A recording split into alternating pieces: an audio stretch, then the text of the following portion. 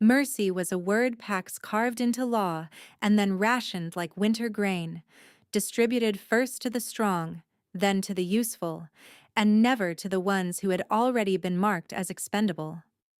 Astrid Darkhollow had learned that truth twice in one season.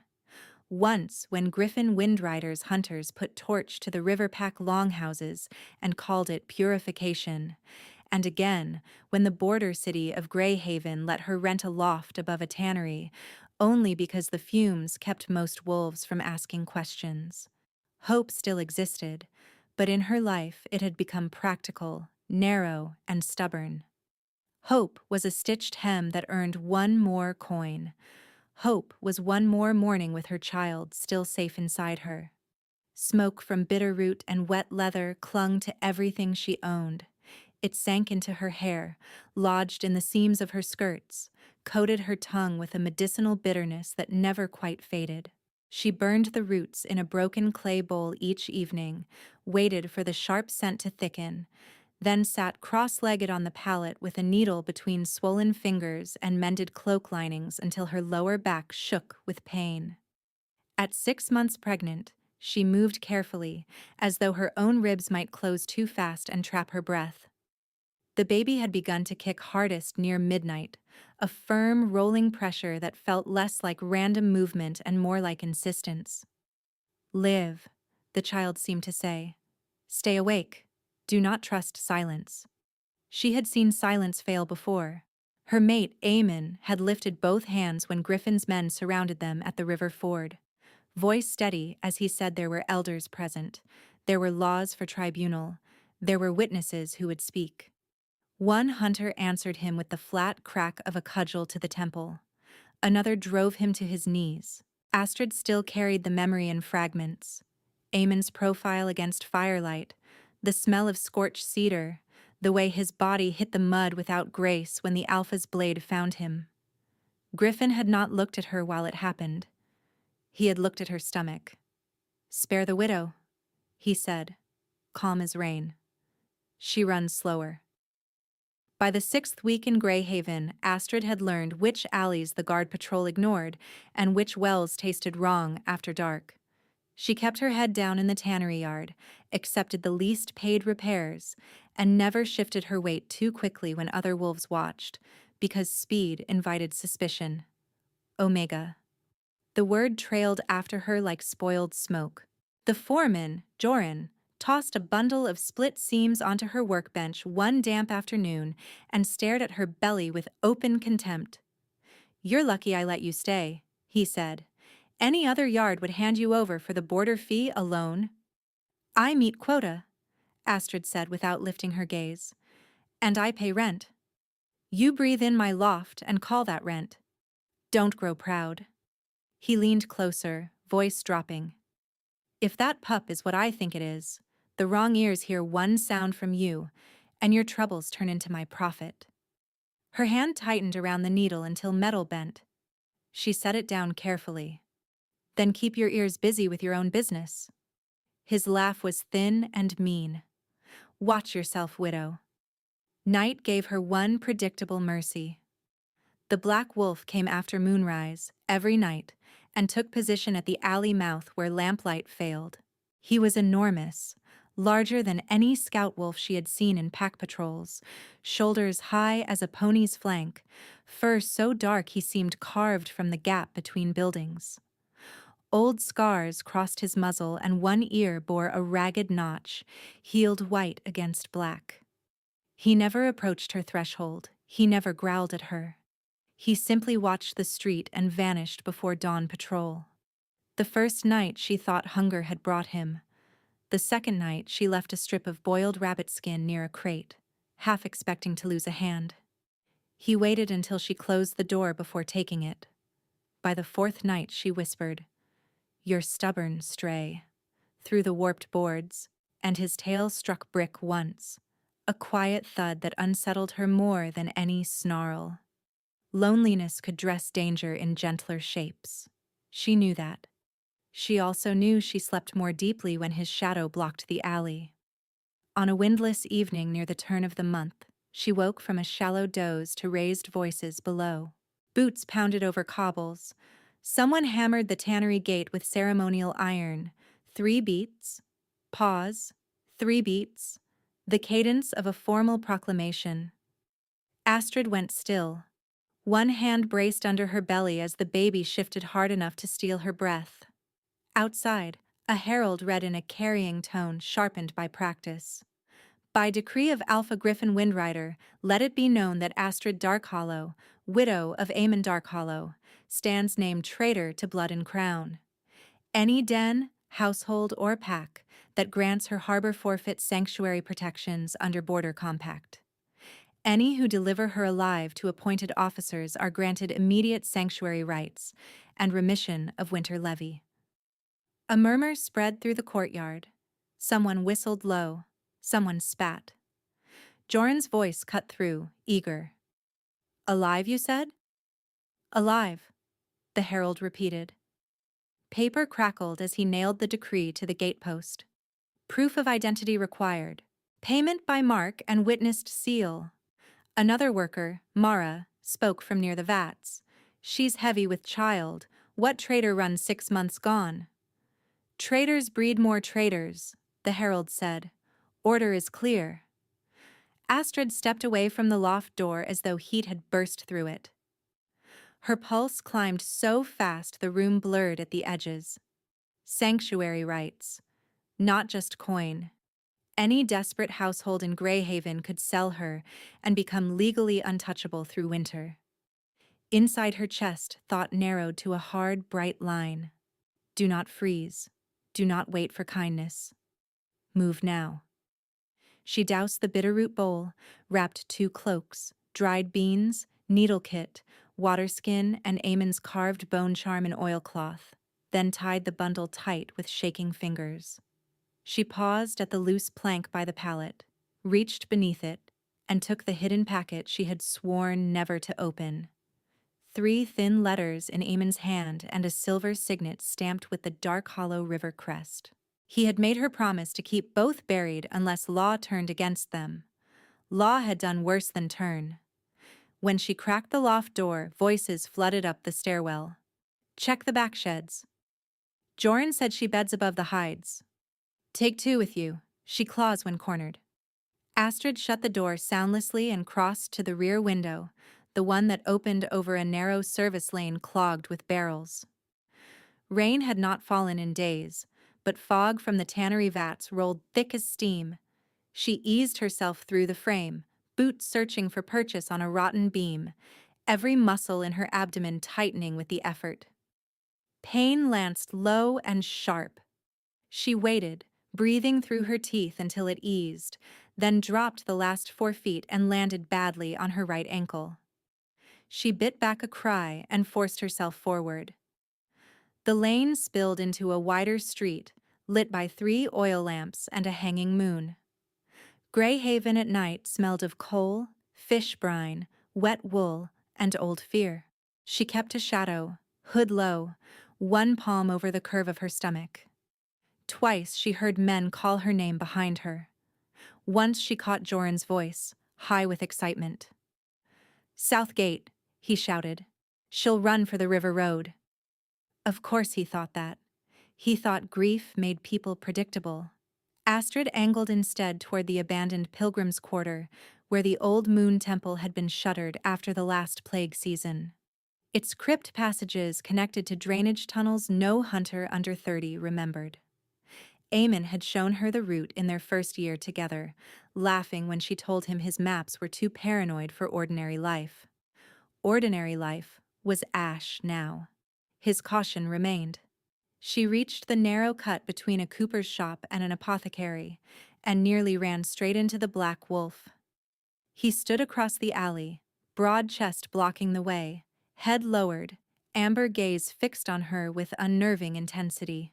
Up close he was even larger, scarred flank rising and falling with controlled breath. Relief hit first, absurd and immediate, then irritation, then fear. "Not now," she whispered. "Move, stray." He did not move. Instead, he turned his head sharply toward the street beyond, ears flattened. A beat later, she caught it too. the scrape of metal on stone, the soft click of a crossbow being braced. Men trying and failing to quiet their breathing. A trap. The wolf looked back at her, then shouldered into her knees hard enough to force her 3 steps backward. Not an attack. A command.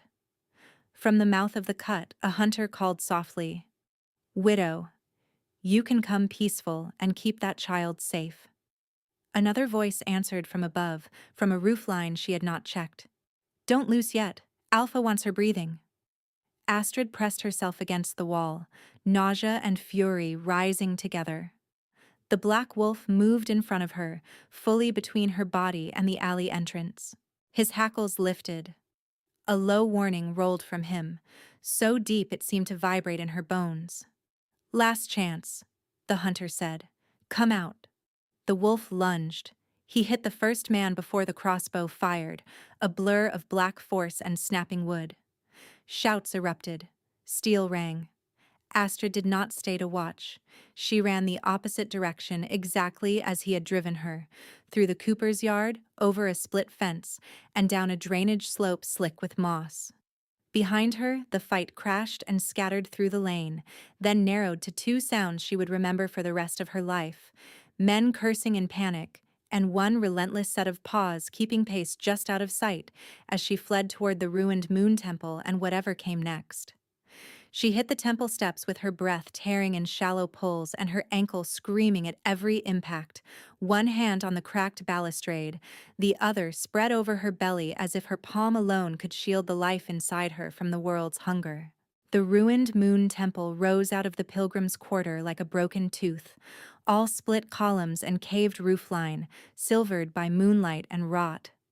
Once it had been neutral ground where Pax negotiated truces under goddess law.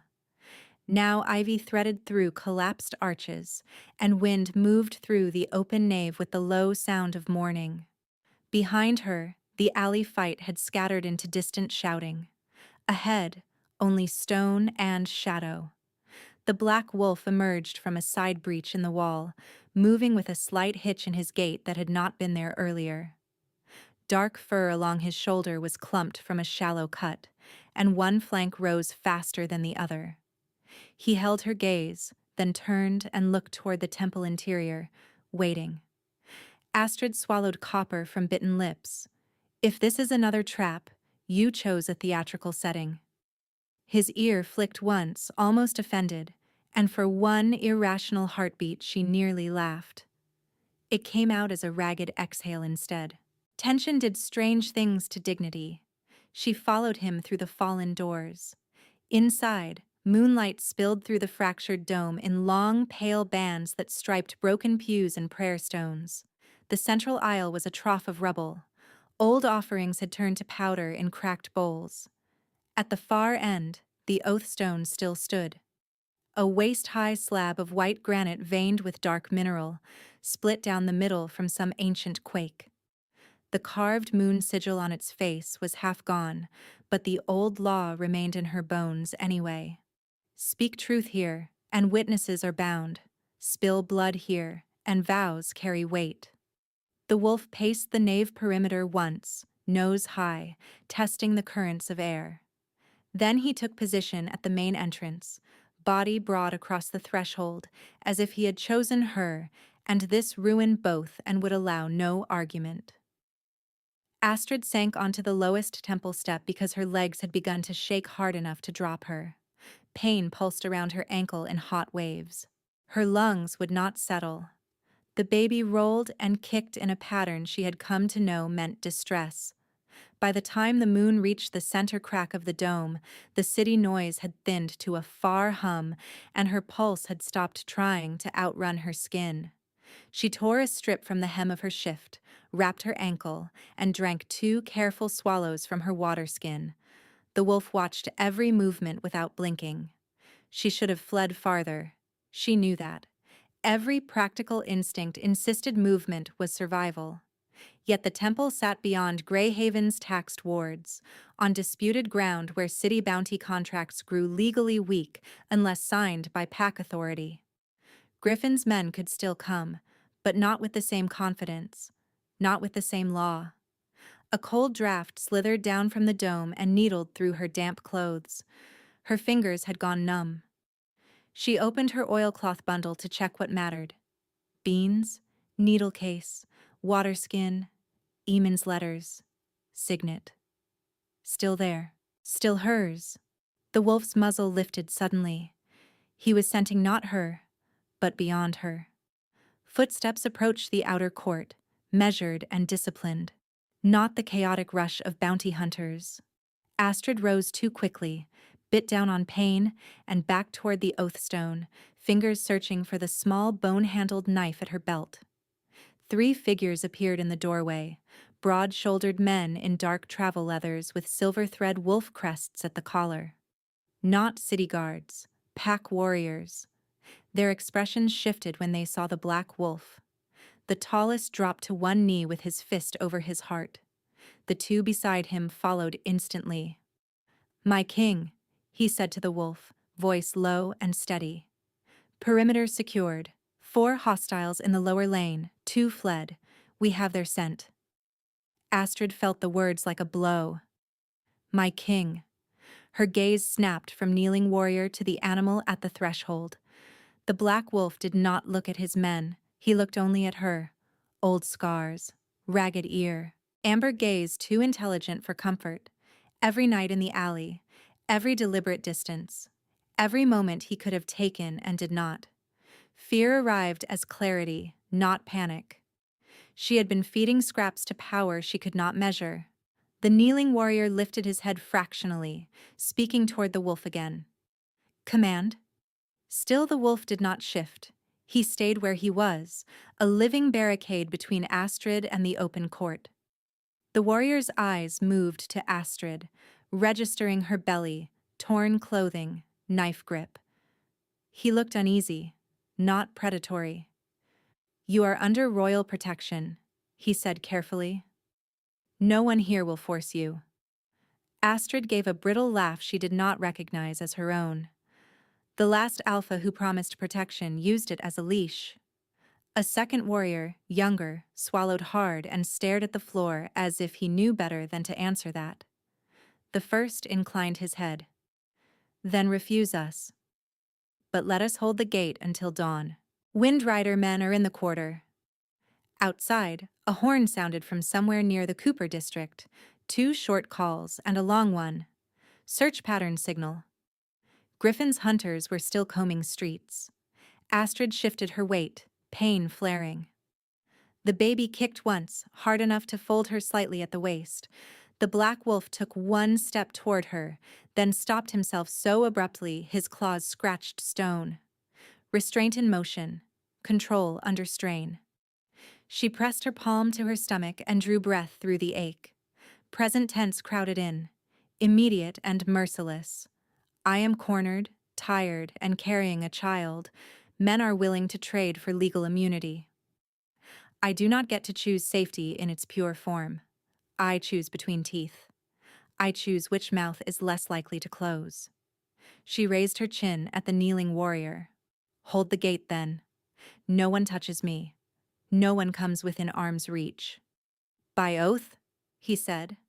He and the others withdrew to the outer steps, silent as trained shadows. The black wolf remained.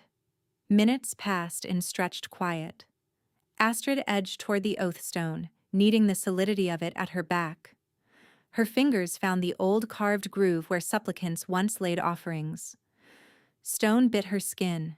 She leaned more weight than she meant to and hissed when her palm slid across a jagged fracture in the granite.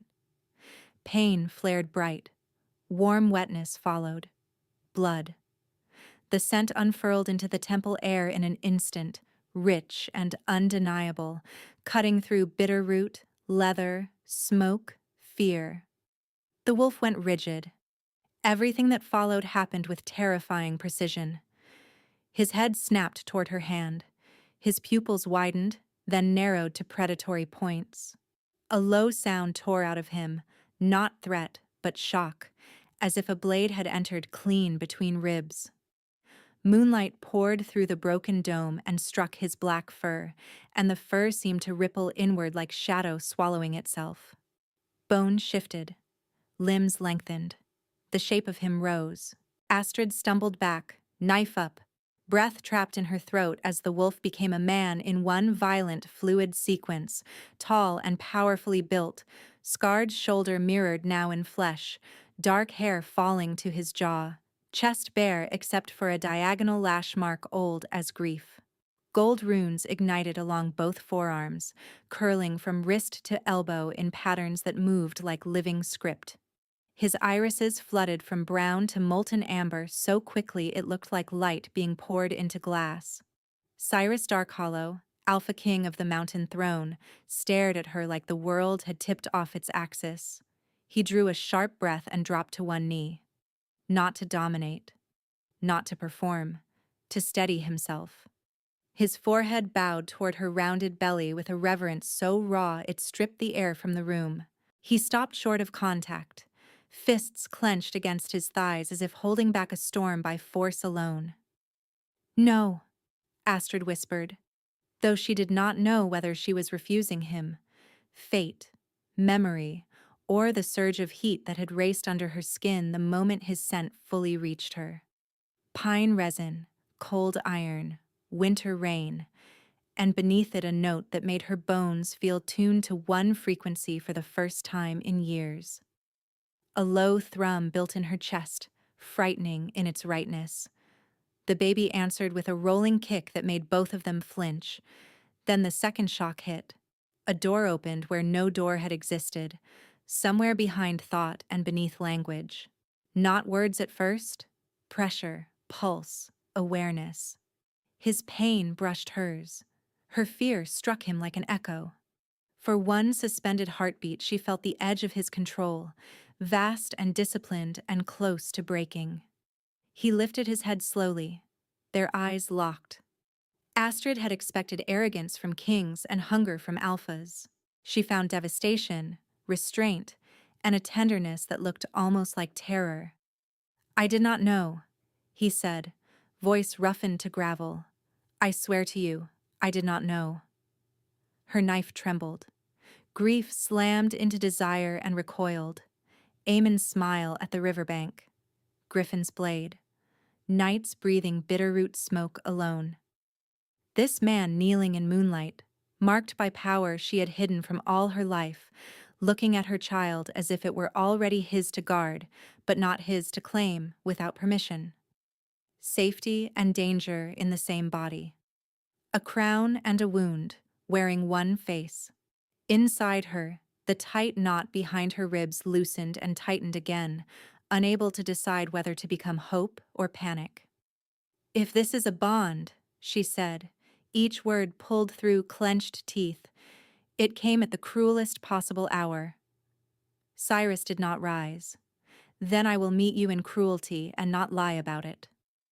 Outside the ruined doors, one of his warriors called a warning from the court, but neither of them looked away. The mind link pulsed once more, brighter, undeniable, while moonlight traced the blood on her palm and the runes on his skin, and the temple held its breath around them. The warning in the courtyard sharpened into words. Movement on the east wall. 2 men, no crest.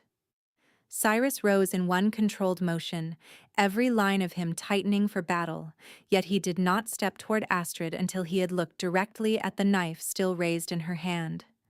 "May I come closer?" he asked, voice low, formal in a way that did not fit the ruined temple and blood on stone. "Or do you want distance?" The question disoriented her more than the shift had. Kings did not ask. Alphas did not ask. Men with power took and renamed it necessity. "Distance," she said.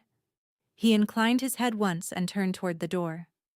"Taven," he called to the warrior nearest the threshold, "bring lamp oil to the inner hall. No one enters this nave without her word. No exceptions, including me." A beat of silence followed outside, then a steady, "as commanded." Astrid watched him issue orders with the same precision he had used to hold still in front of her. No posturing, no raised voice. The temple seemed to reorganize itself around his restraint. Rain began as a scatter on broken tile, then thickened fast. Wind drove through the collapsed dome, carrying the bitter tang of old mortar and coming storm. Her cut palm had stopped bleeding, but a new ache crept up her arm. Faint at first, then needling. Wolfsbane. Not fresh exposure. Memory lodged in blood and nerve from months ago at the river ford, roused by stress and cold. Her muscles started to tremble, a fine vibration she could not will away. Cyrus noticed instantly. "You are shivering," he said. "May I call the healer?" "No healer." The refusal came out sharper than intended. Too many healers served whoever paid best. Too many had looked at her belly and calculated allegiance. He accepted that without argument. "Then let me move you out of the draft. There is a side sacristy with a cot frame still intact. You can keep the knife." Thunder rolled overhead. The baby kicked hard, then again, and a band of pain wrapped her middle tight enough to fold her slightly. She hated that he saw it. Hated that she needed help with every second breath. "I can walk," she said. He did not offer an arm. He only stepped aside and cleared rubble from the aisle with his boot until she had a path. The sacristy smelled of damp cedar and stale incense. Someone had already set one travel lantern on a cracked chest. Tavin appeared at the doorway with blankets and a water skin, eyes fixed respectfully on the floor, and left them without speaking. Cyrus stood just inside the threshold, waiting. "Do you want me out?" he asked. "Or present but not touching?" "Present, but not touching." The words pulsed against the panic rising behind her ribs. She nodded once, jaw clenched. The seizure hit when she tried to lower herself onto the cot. It started in her right hand, fingers curling inward so hard the joints popped, then tore through her shoulders and down her spine in convulsive waves. Her vision narrowed. Air came in broken pieces. She heard herself make a sound she would not remember later, thin and frightened and animal. Cyrus dropped to his knees beside the cot, palms visible. "Astrid, look at me." She could not. "Astrid." Firmer now, not loud. "Match my count, in for 4, hold 2, out for 6. Her body bucked again. He stayed where he was, close enough to anchor, far enough not to trap. Rain hammered the roof. Lantern light shook. "Do you consent to contact?" he asked through her shaking, each word deliberate. "Hands only, to warm your fingers and keep them open?" She dragged breath through locked teeth. "Yes." Only then did he touch her. His palms enclosed her fists, careful pressure, thumbs finding the rigid tendons and easing them one knuckle at a time. Heat moved from him into her skin. He counted without pause, steady as a metronome against the storm. In, 2, 3, 4. Hold. Out, 2, 3, 4, 5, 6. Minutes stretched, broke, reformed. The convulsions eased into tremors, then into shudders that left her drained and cold. Cyrus kept counting until her breaths matched his. When she finally focused, he was still kneeling in the same position, rainwater drying in dark streaks on his hair, amber muted now, but watchful. "That was wolfsbane residue," she whispered, shame and fury twisting together. "I was dosed at the ford. I thought I had worked it out of my system." "You survived poison, fire, and a city bounty while carrying a child," he said. "There is no shame in your body refusing one more burden tonight." Something in her chest gave a reluctant, aching shift. She reached for her bundle with unsteady fingers, meaning to pull free one of Eamon's letters as a grounding ritual she had used in the loft.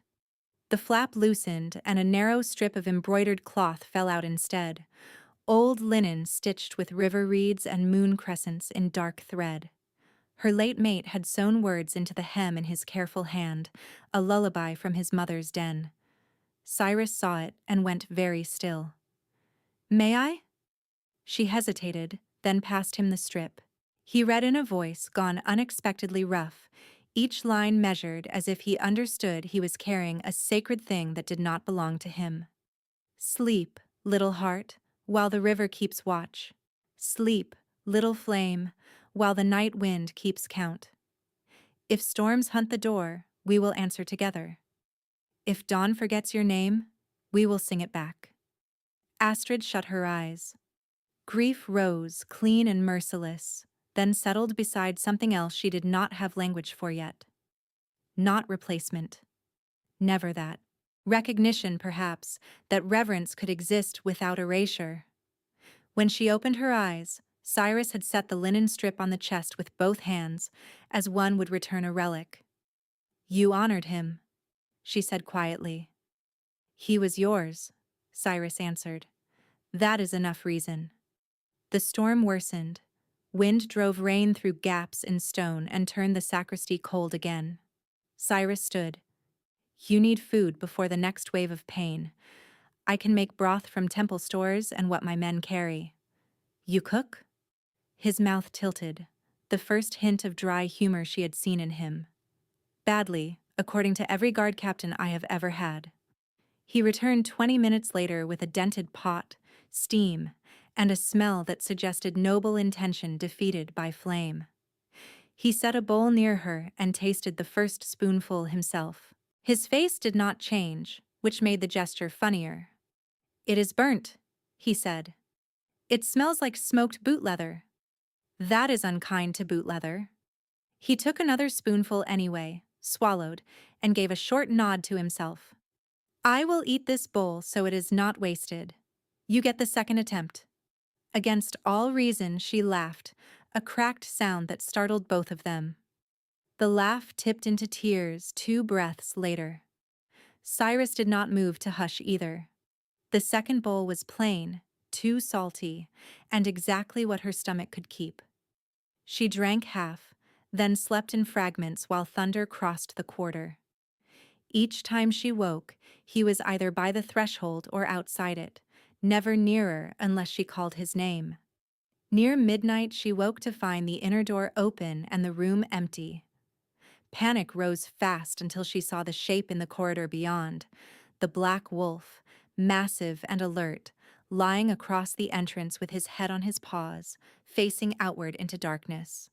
Guarding, not intruding. She lay back and watched his silhouette through lantern haze. The first thread of trust formed not from promises, but from what he refused to take. By the 3rd day after the storm, the seizure had not returned, and the city had learned that the king's standard now hung over the old pilgrims' quarter. Greyhaven's lower market smelled of pine resin, cured fish, wet wool, and hot iron. Traders shouted over each other beneath patched awnings while pack elders moved in tight knots, measuring politics with every glance. Astrid walked beside Cyrus through the central aisle, hood back by choice, hand resting on the curve of her belly. 2 royal guards trailed at a respectful distance. She needed bitterroot, willow bark, and dried nettle. She also needed to be seen alive and unhidden. Hiding had kept her breathing. It had not kept her safe. The first sneer came from an elder female with silver braided into her hair and too many ceremonial rings. "An Omega carrying disputed blood in open market," she said to no one and everyone. "Greyhaven has lowered its standards." A second elder, male, heavy-jawed and perfumed with cedar oil, clicked his tongue. "Liability wrapped in sentiment, the crown grows soft." Astrid felt old instinct push her shoulders inward, make herself small, do not invite strike. She forced her spine straight instead. Her pulse thudded loud enough to blur nearby sounds. Cyrus halted. Power rolled off him in a sudden, palpable wave, king aura dropping like a storm front. Conversations died mid-sentence. Even the horses at the cart line stamped and went still. He did not shout. He did not need to. "Hear me," he said, voice carrying across the square. "Astrid Darkhollow stands under my direct protection and under crown law as honored sanctuary. Any insult to her person is insult to the throne. Any attempt to touch her without consent is assault under witness code. You may dispute policy at tribunal. You will not test boundaries in my market." Silence answered him, dense and electric. A spice merchant 2 stalls down gave a shaky laugh, trying to cut the tension. No offense meant, my king. We only verify lineage for safety. Standard practice. He reached across his counter with false innocence, fingers aimed for Astrid's stomach in a scent-check gesture so quick it might have passed as accident if he had not been watching her with hungry calculation. Cyrus moved once. The crack of bone was clean and immediate. The merchant cried out and dropped to his knees, clutching his wrist. No gore, only shock and pain, and a crowd stepping back in a collective gasp. "Summon market lawkeeper," Cyrus said to Tavin without taking his gaze off the man on the ground. "Charge: unlawful contact attempt against protected sanctuary. He receives medical binding, then lawful judgment. No retaliation by my guard. Process stands." Tavin bowed and signaled 2 city marshals already pushing through the crowd. They took custody of the merchant, pale and careful. Cyrus turned to Astrid then, and the aura that had pinned the square eased, but did not vanish. "Do you want to leave?" he asked, clearly enough for every listening ear. "Or stay and finish buying herbs?" The crux of the moment struck her with startling clarity. Protection could still become a cage if choice disappeared inside it. He was handing choice back in front of the entire market, where everyone could witness whether his earlier words were theater or law. Fear still lived in her body. So did anger. So did a new, stubborn line of pride. She lifted her chin. "We stay." The answer moved through the crowd like wind through reeds, not loud but unmistakable.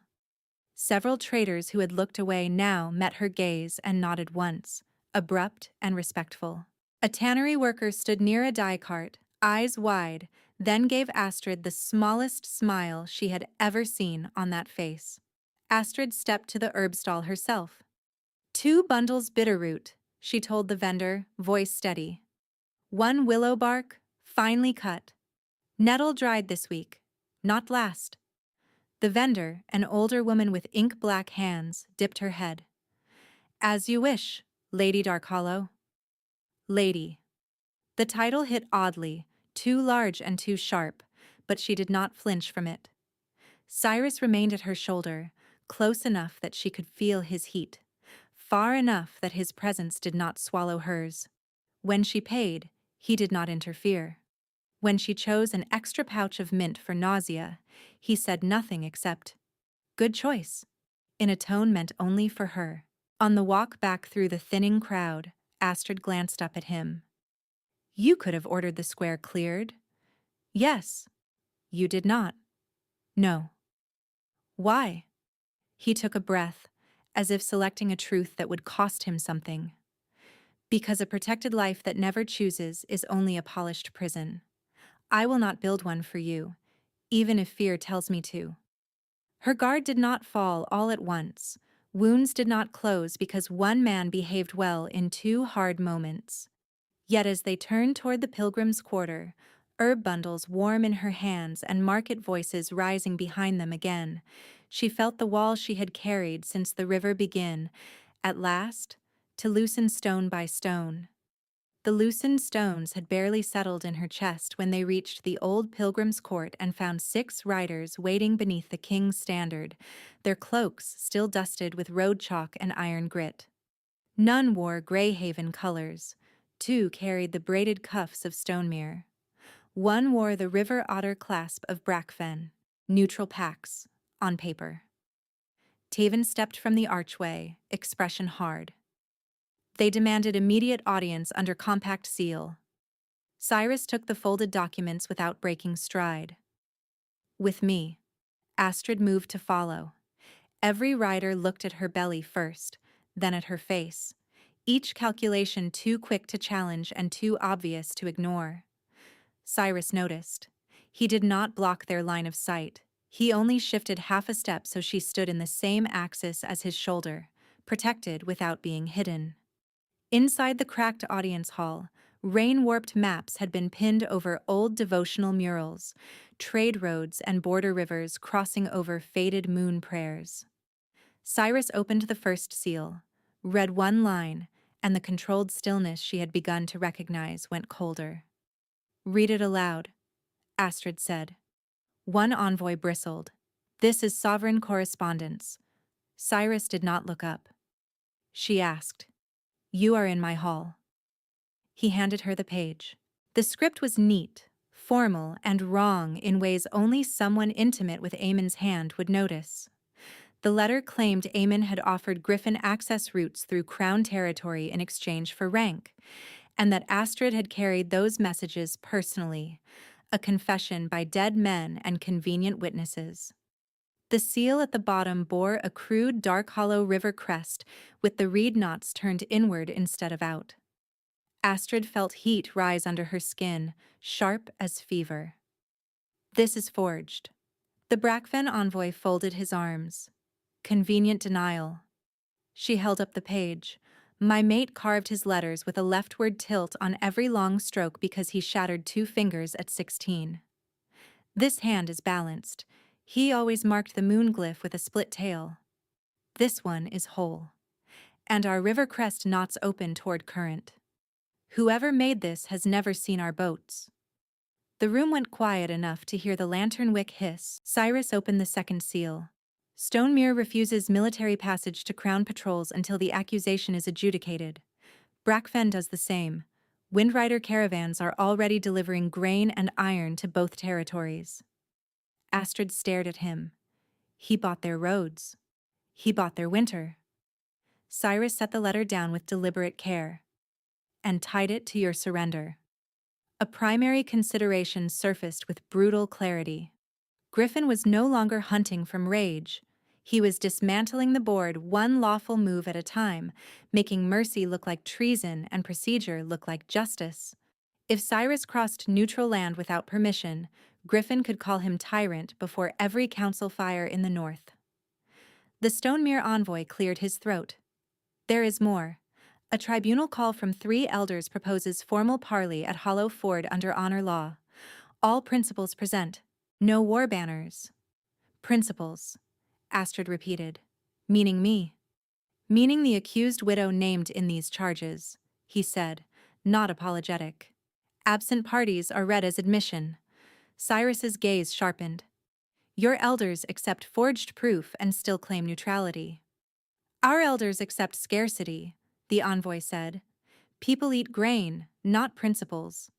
By dusk, the riders were gone, and the hall smelled of wet wool, lamp smoke, and the metallic edge of restrained anger. Tavin posted doubled guards at every arch. Cyrus stood over the map table while rain tapped the broken clear-story glass. Astrid unwrapped Aemon's real letters beside the forgeries, laying each pair side by side. The differences were obvious now: pressure, spacing, even how wax had cooled. Griffin's clerk was skilled, but not enough. Cyrus watched her hands. "You should be resting. If I lie down right now, I will hear that envoy saying accused widow until dawn." She rubbed her thumb over a genuine seal, then looked at him. "Tell me the full shape, not the softened version." He leaned both palms on the table. "He is offering grain and iron contracts to any border pack willing to deny me movement unless I hand you over. At the same time, these letters seed doubt about succession and loyalty. If I stay still, he paints me weak and compromised by bond. If I push through, he paints me lawless. Either narrative fractures the throne.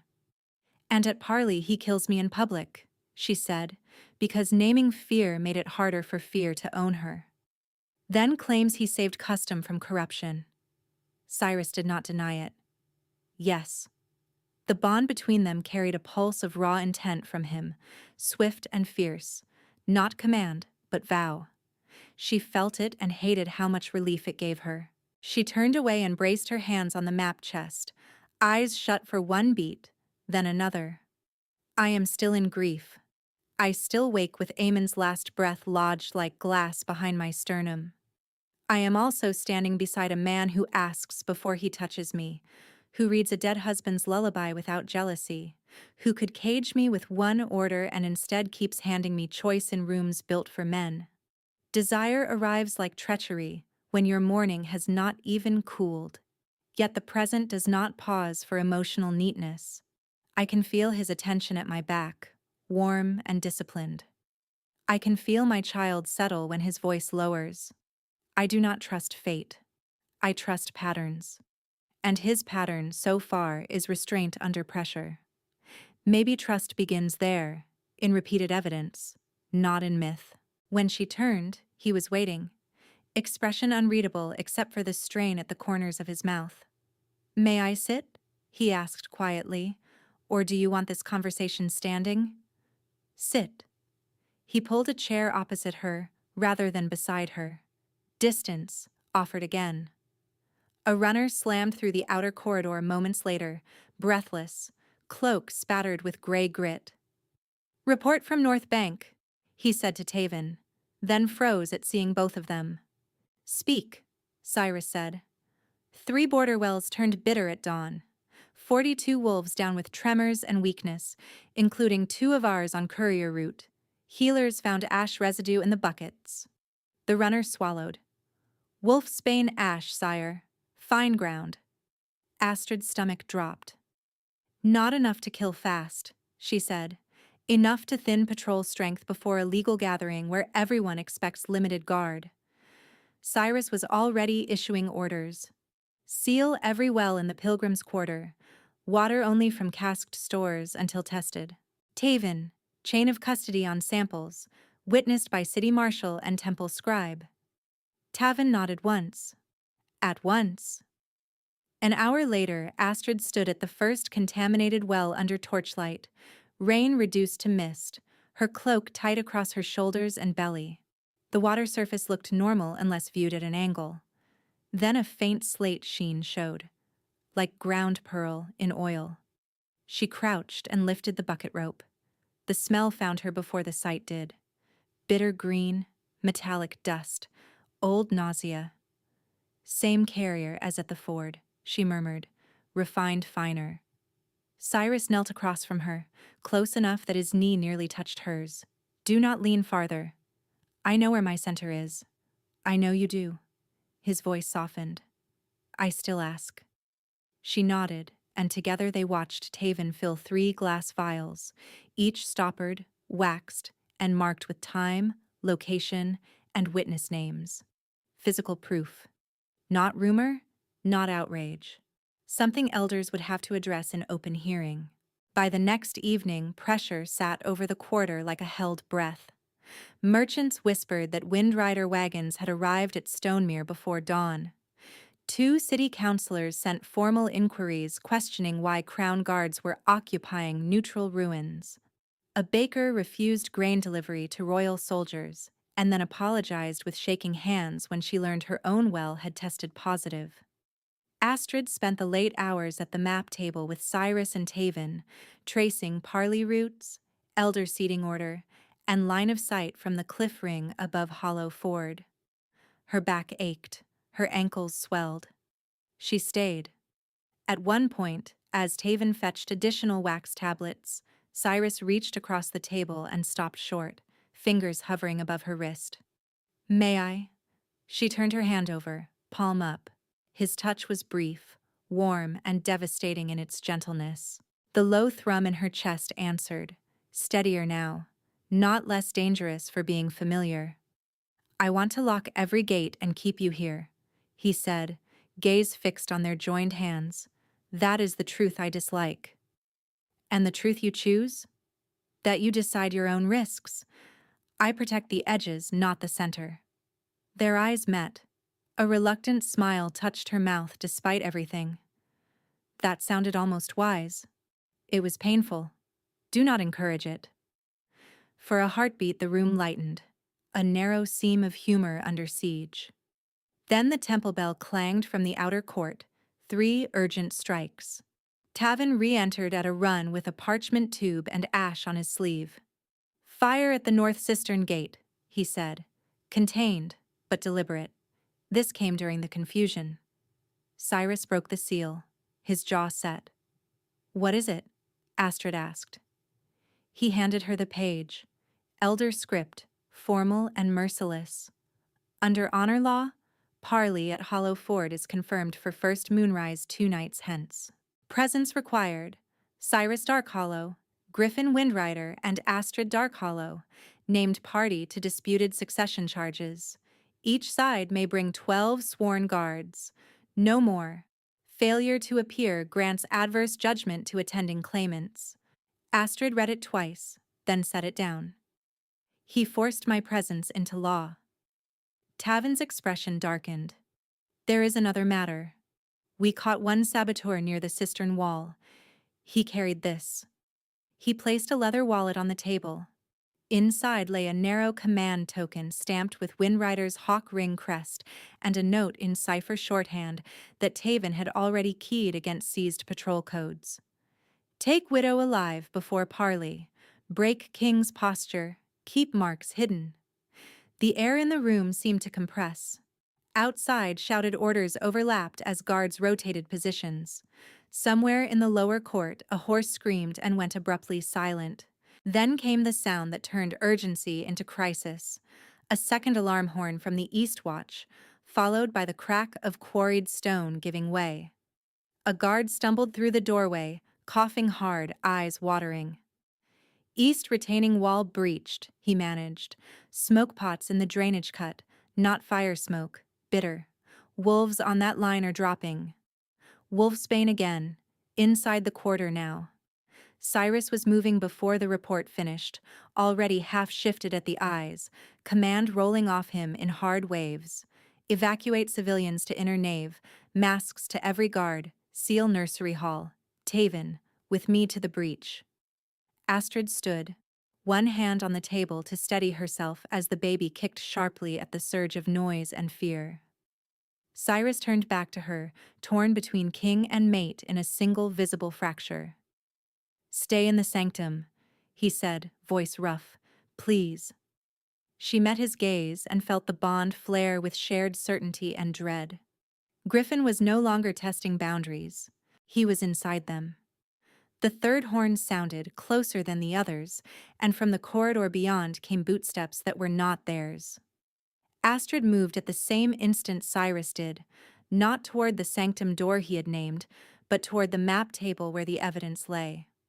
Her fingers closed around the waxed packet of forged letters, Eamon's originals, the command token, and one stoppered vial from the poisoned well, just as 2 men in smoke masks burst through the corridor arch in stolen guard cloaks, blades low, eyes already fixed on her.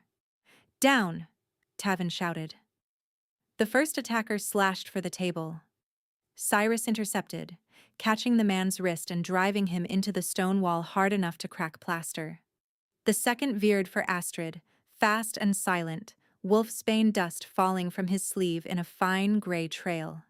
She pivoted, pain flaring in her ankle, and swung the iron lamp hook from the table edge. It connected with his forearm, knocked the blade wide, and bought one breath. Tavin tackled him at the knees. Smoke thickened from the east corridor, bitter and metallic. Not fire, deliberate exposure. Wolves in the outer hall were already coughing, voices roughening as the ash hit their lungs. A horn sounded from the lower court, then another from the east watchtower, clipped short as if cut off mid-call.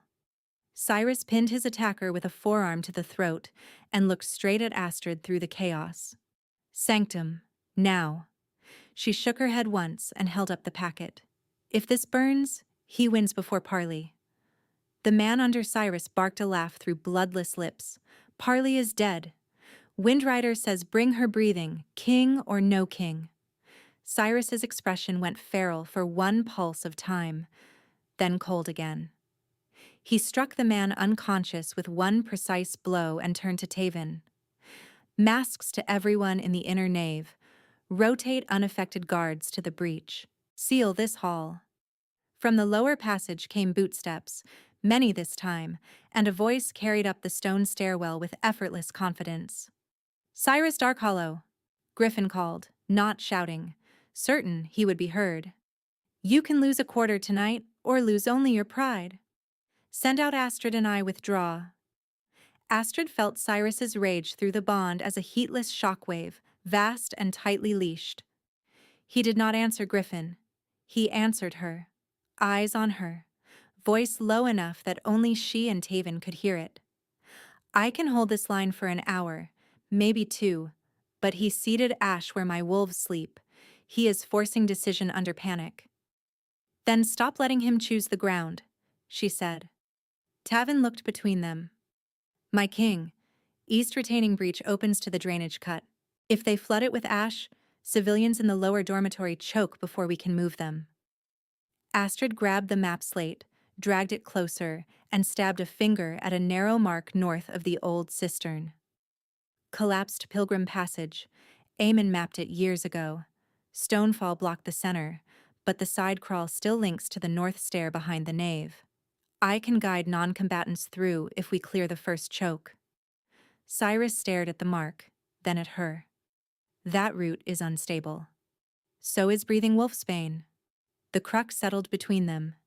Protect her by locking her away and lose witnesses, evidence, and people, or trust her in motion and risk everything that had become unbearable to lose.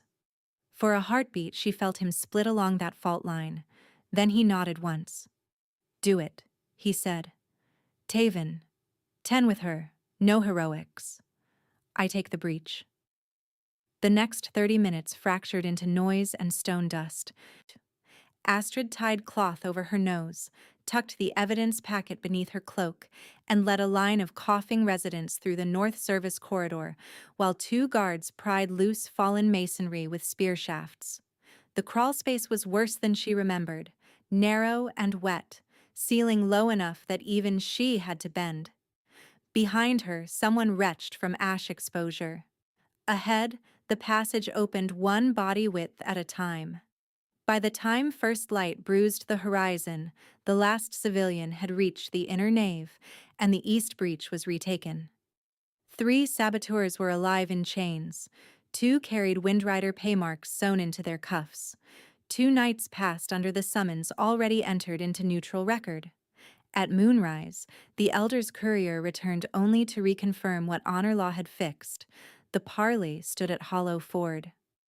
Astrid spent those days preparing to walk into a trap on purpose. She sorted the evidence herself under scribe seal, each item logged with witness names, forgeries and originals, command token, cipher note, contaminated water vials, sworn statements from the captured saboteurs, and the market lawkeeper's report tying the first ash symptoms to Windrider freight routes. Nothing loose. Nothing deniable.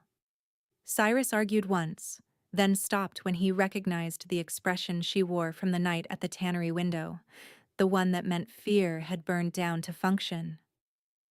I am afraid now, she admitted to herself as she tightened the straps on her cloak before departure. I am carrying grief, a child, and a bond I have not fully named aloud. I am also done being moved like contraband between men who call it order. If I stay behind stone, he writes me as coward and counterfeit. If I stand in witness and survive, he loses the story he built. My hands are shaking. Let them shake. I can still choose. I can still act. At Hollow Ford, moonlight silvered the river gorge and the ring of standing stones above it. Elder benches formed a half circle at the parley ground, neutral standards raised, no war banners as law required. Griffin arrived in dark armor with 12 sworn guards and a smile that never reached his eyes. Cyrus stood opposite with 12 of his own, shoulder-wrapped where the breach fight had left a deep cut, posture unbowed. Astrid stepped between them before either alpha spoke. Murmurs ran through the witnesses. One elder lifted a staff. Named party present. Proceedings begin. Griffin's gaze dropped to her belly, then climbed back to her face. You should have stayed hidden, widow. This ends cleaner if you kneel. Astrid handed the first sealed packet to the tribunal scribe. These are forgeries submitted under my dead mate's name. Originals included for comparison, crest faults and stroke analysis marked. Next packet contains wolfsbane contamination chain from 3 wells and your command token recovered during sabotage. The eldest witness, gray braided and severe, broke seals one by one as the scribe read. Griffin did not flinch until the cipher note was spoken aloud. Take widow alive before parley. Break king's posture. Keep marks hidden. His jaw tightened. Planted. A second elder uncorked the tainted vial, recoiled at the bitter scent, and capped it again with a curse. This is no planting. Griffin lifted one hand. That was all. Hidden archers rose from the shale ridge where no fighters should have been under honor law. The first volley struck elder benches and torch poles, shattering wood and turning order into motion. People screamed. Guards surged. Griffin's men rushed the center. Astrid moved before panic could swallow the field. She seized the parley brazier and heaved it into the ash drift spilling from cracked smoke pots at the ring edge. Coals exploded into gray cloud. She reached for the low thrum she had felt since the temple and did not find words, only intent. Silver light burst from her palms in a hard, clean arc. Moonfire caught the wolfsbane haze and flashed white. Not an inferno, but a blinding flare that outlined every hidden body on the ridge. Left ridge, 6. She sent through the bond, the link snapping bright as wire between her and Cyrus. 2 more above the north stone. Move now. Cyrus answered with action. His flank split and climbed exactly where she directed, cutting off the archers before they could redraw. Astrid turned to the civilians and elders scrambling near the broken benches. North Passage, she shouted. Follow me if you can run. She led them to the collapsed cut she had mapped, using her own body as shield where arrows sparked off stone. By the time the last witness crossed into cover, the parley ground had shifted from ambush to open fight, and Griffin's narrative was bleeding out in front of living testimony. He fled uphill toward the cliff ring above the gorge when his center failed. Astrid went after him. Wind tore at her cloak as she reached the standing stone at the cliff edge. Griffin turned there, chest heaving, command ring gleaming on his wrist, a short blade in his hand. Still chasing your betters, he said. Submit, and this ends with dignity. Refuse, and your child grows nameless. Cyrus arrived 3 strides behind her, blood at his sleeve, eyes gone predatory. He started forward. Astrid put out an arm without looking back. Wait. 3 elders emerged onto the ridge path behind them, battered but upright. Witnesses. Law, still breathing. Astrid kept her gaze on Griffin and spoke clearly enough for Stone and River to carry it. Griffin Windrider, you stand accused of murder under truce, forged evidence, poison by wolfsbane ash against civilian wells, and violation of honor law at parley. Surrender your ring and submit to tribunal judgment. I offer terms once. He spat at her feet. You were supposed to break him. She stepped into range as he lunged, sidestepped the blade, and drove her moon-forged knife through his shoulder into the standing stone behind him, pinning him with a harsh cry and a shower of chipped granite. Not fatal. Final. You mistook love for weakness, she said. Cyrus closed the distance in partial shift, claws extending, jaw tight with control. He seized Griffin's wrist and tore the command ring free. The aura pressure that had hung around the rival Alpha snapped like a severed cord. Griffin struck blindly with his free hand, still fighting, still refusing surrender in front of witnesses. The eldest elder raised his staff. Sanction granted, end it. Cyrus's final strike was one clean blow to the throat, swift and absolute. Griffin sagged against the stone and went still, moonlight on his broken ring mark and open, disbelieving eyes. Silence followed, huge and shaking. Then the elder lowered his staff and looked at Astrid first, not Cyrus. Witness law records your offer of surrender and his refusal. Judgment stands. Astrid's knees nearly gave, adrenaline draining so fast her hands shook uncontrollably. Cyrus caught her elbow only when she nodded permission, holding her steady while the river roared below and dawn began to pale the eastern ridge. Behind them, survivors emerged from the North Passage in coughing clusters, alive, carrying the story Griffin had tried to bury. For the first time since the river pack burned, Astrid stood on open ground, named her enemy to his face, and watched him fall by law he could not twist. Cyrus kept hold of her elbow as they descended from the cliff ring, not guiding her path, only matching it while elders moved ahead to secure the parley ground, and scribes began recording names of the living and the dead. Astrid's hand still shook when she passed the evidence packet to the tribunal clerk beside the shattered benches. She watched each item logged under witness seal: the forged letters, Eamon's originals, the command token, the cipher note, and the 3 vials from the wells, now marked as confirmed contamination after open scent test by neutral healers.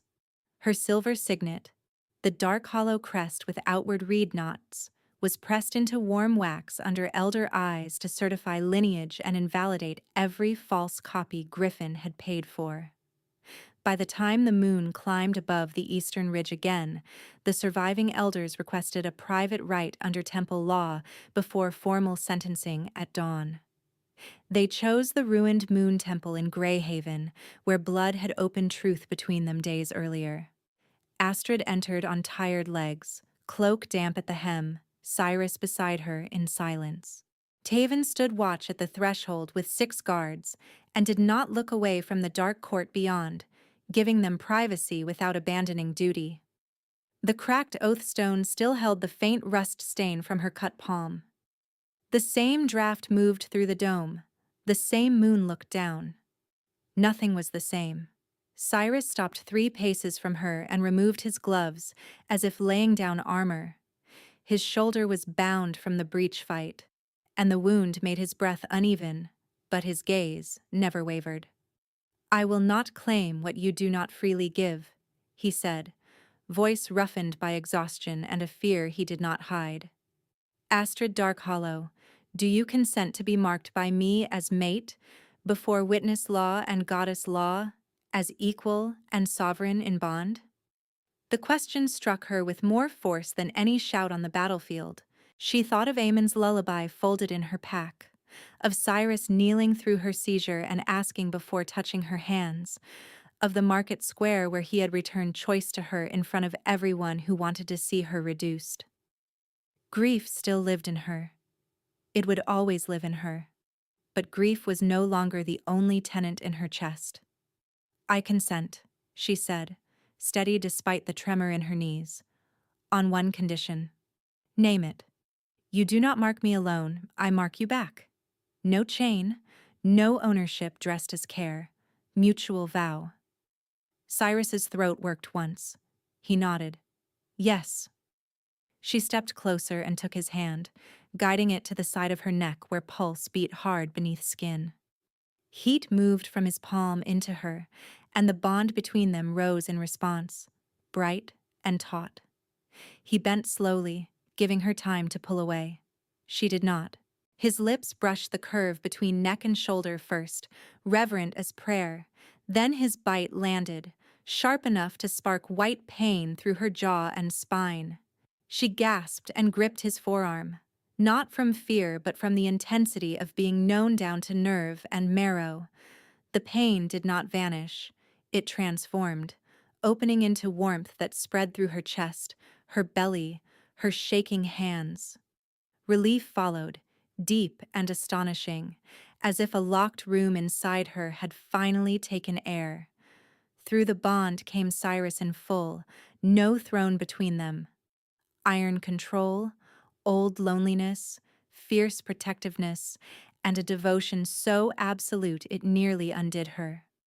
He held still when she swayed, waiting for her breath to settle, his forehead resting briefly against her temple. "Mine," he whispered, not command, but wonder. She touched the mark at her throat, then reached up to untie the bandage at his injured shoulder. He understood before she spoke and turned enough to bare skin and scar. Astrid placed her hand over his heart first, feeling its hard, relentless rhythm. "Yours," she answered softly, and bared her teeth. Her bite into his shoulder was cleaner, deliberate. the taste of salt and blood and moon-charged air filling her mouth. Cyrus shuddered and dropped to one knee, not from weakness, from impact. One hand braced on the stone at her feet.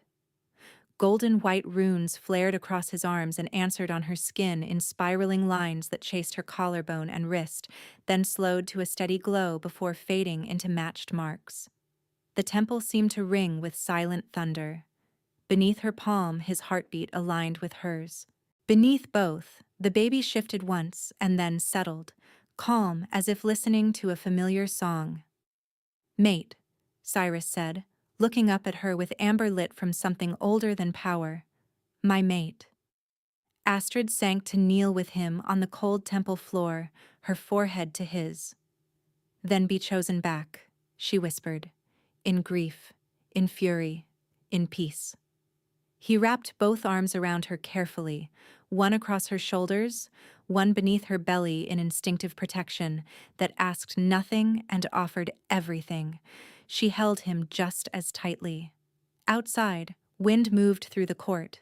Inside, the bond settled into a steady presence, no longer a storm front, more like a second pulse beneath her own.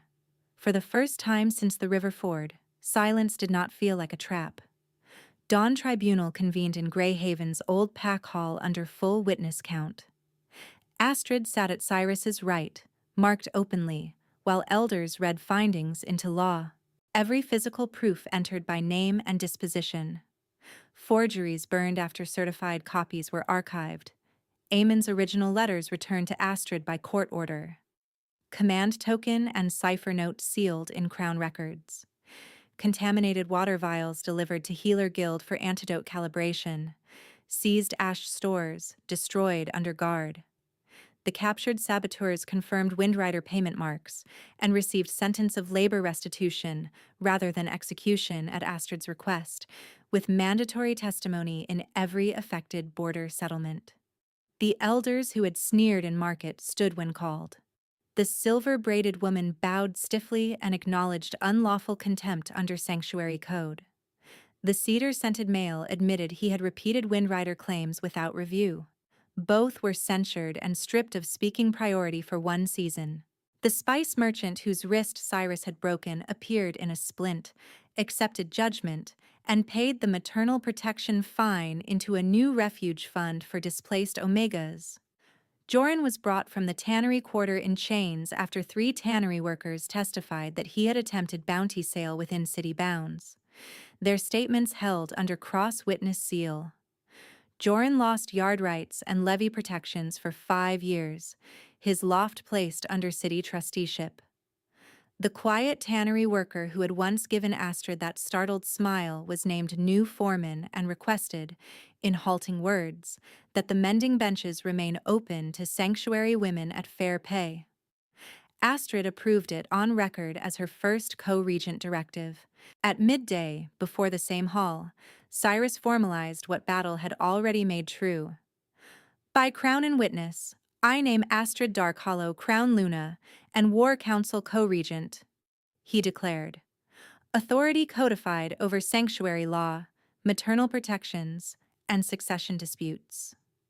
No one challenged it. Tavin struck his fist to his heart and knelt first. The hall followed, rank by rank, not in fear, in acknowledgement. 3 days later, after the border wells were purified and reopened under joint guard from Stonemere, Brackfen, and Crown patrols, Astrid stood with Cyrus at the river shrine inside the temple court. They placed Amon's carved bone charm and embroidered lullaby in a cedar niche with moonflowers and a lamp that would be kept lit each new moon. Cyrus bowed his head beside her and spoke no claim over that grief, only shared the vigil. That evening, they reviewed patrol routes over supper and argued gently about whether mint should be stored in the infirmary or kitchen, then laughed when the baby kicked hard enough to tip a cup. Tavin pretended not to see. Peace did not arrive as a single trumpet note.